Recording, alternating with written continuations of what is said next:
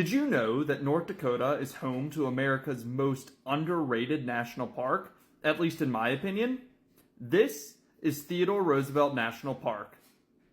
Theodore Roosevelt National Park is located in western North Dakota, about 30 miles east of the border with Montana, and it protects more than 70,000 acres of the Little Missouri Badlands.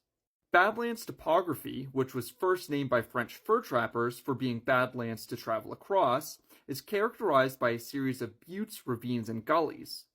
Badlands form in arid regions where soft sedimentary rock is rapidly eroded by rivers or intense rainfall.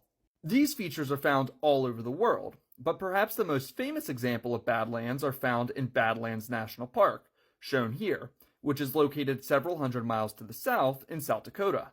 But while Badlands National Park tends to overshadow the Badlands in Theodore Roosevelt, in my opinion, the North Dakota Badlands are even more spectacular.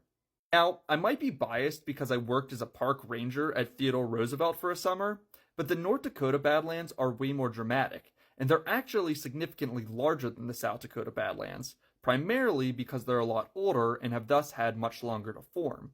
But besides the Badlands, Theodore Roosevelt is actually low-key one of the best national parks in the entire country for seeing wildlife. In my time there, I saw bison, coyotes, elk, and the feral horses for which the park is famous almost every single day. And when I was really lucky, I even saw badgers and mountain lions. Of all the parks that I've been to, Theodore Roosevelt is definitely the one where wildlife felt the most accessible.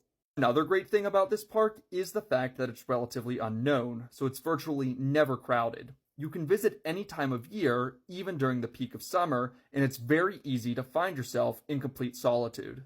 Now, as you might have guessed, Theodore Roosevelt National Park was named for Theodore Roosevelt, the 26th President of the United States. Roosevelt, who hated the nickname Teddy by the way, spent a large portion of the 1880s living in western North Dakota, and it was one of the most influential times of his life.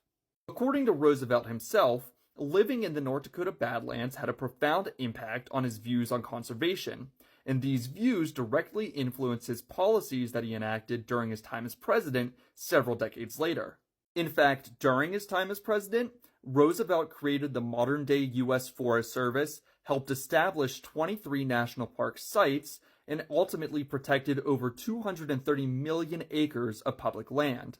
To honor his legacy and to protect a portion of the landscape that he loved so much, Theodore Roosevelt National Memorial Park was founded in 1947, and while the designation was officially changed to a national park in 1978, this remains the